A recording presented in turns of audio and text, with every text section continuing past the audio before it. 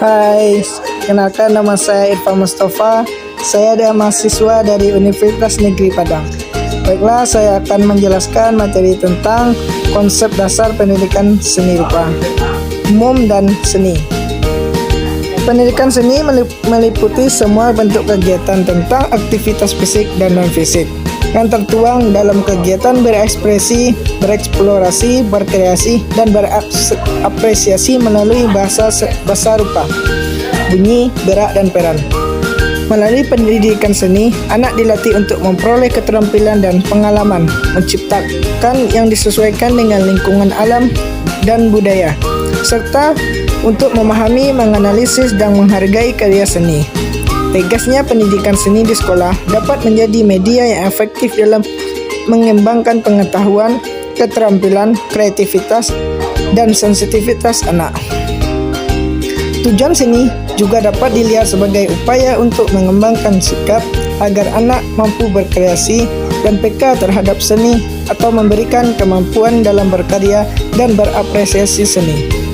Kedua jenis kemampuan ini menjadi penting artinya karena dinamika kehidupan sosial manusia dan nilai-nilai estetis mempunyai sumbangan terhadap kebahagiaan manusia di samping mencerdaskannya.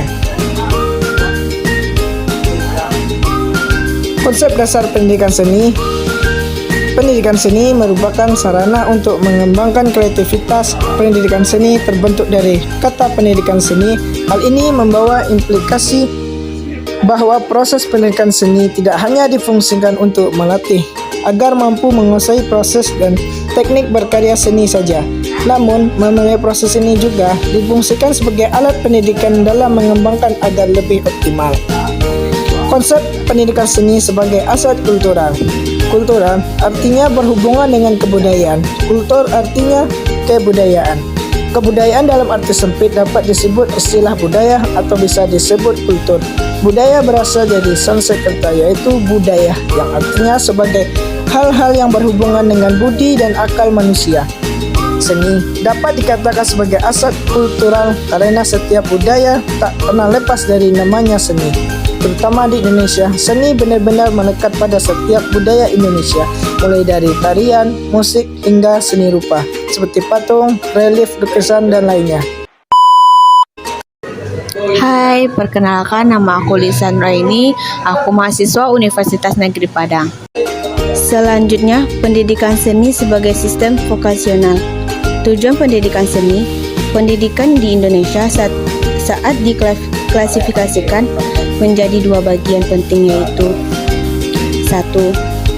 Pendidikan vokasional yang sering disebut sebagai sekolah kejuruan seni dan keterampilan menitik beratkan lulusnya sebagai seniman, guru, tenaga ahli dasar atau pengelola. 2.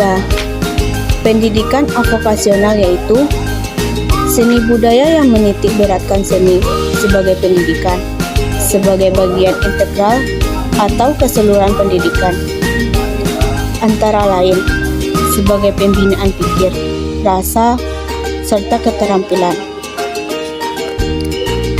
Kemudian, contoh seni yang dapat berfungsi sebagai media pendidikan adalah seni lukis.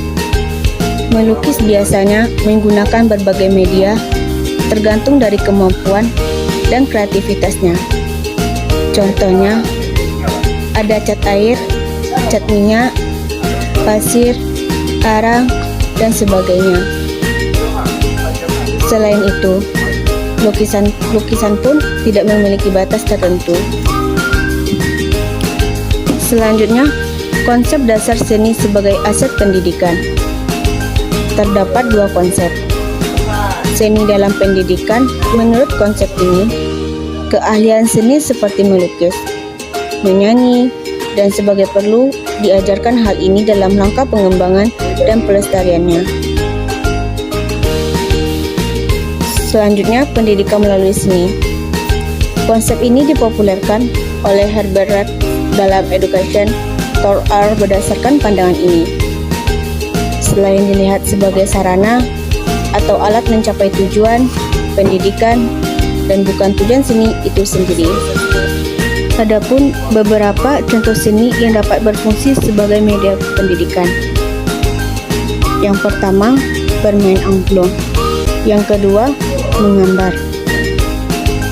Yang ketiga, seni tari. Yang keempat, menyanyikan lagu. Yang kelima, seni lukis. Yang keenam, merajut. Yang ketujuh, memahat. Mungkin itu saja contoh dari pendidikan seni. Hai, perkenalkan nama saya Latifah Marlusni dari Prodi Pendidikan Seni Rupa di Universitas Negeri Padang.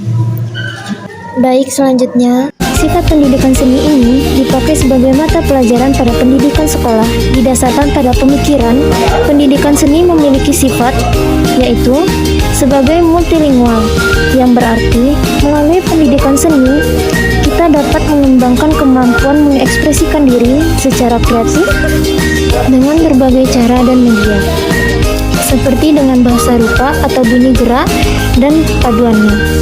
Contohnya seperti menari, perpaduan antara gerak dan bunyi, menyanyi, dan lain-lain.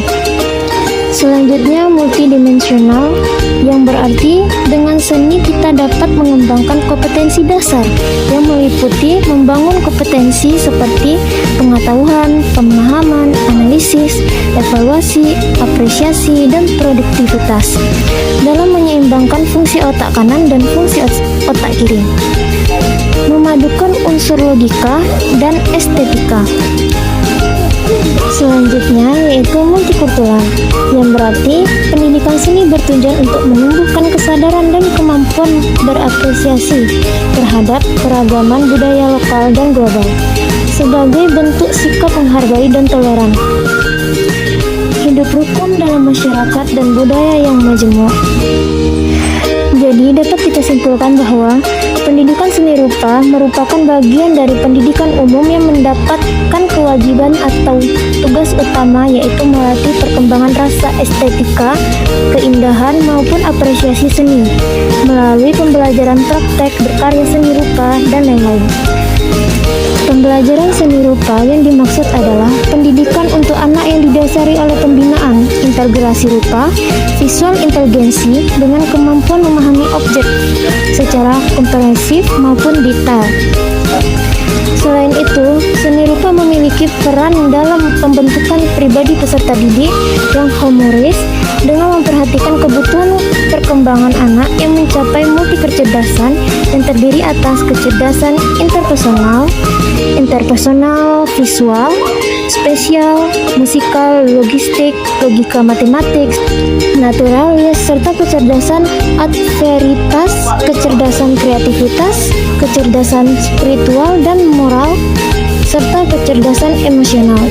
Jadi dapat kita pahami bahwa seni ini mempunyai peran penting untuk membina kepribadian seorang anak.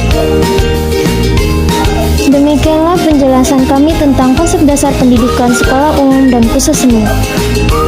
Jangan lupa like dan subscribe.